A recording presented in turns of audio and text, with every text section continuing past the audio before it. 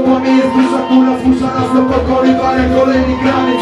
Są z formami pod wagonem na poczynce. Coś okaże się, ale sposób to jakieś agresywne nagrane. I nieważne co się stanie, wiesz, że już to zostanie na zawsze.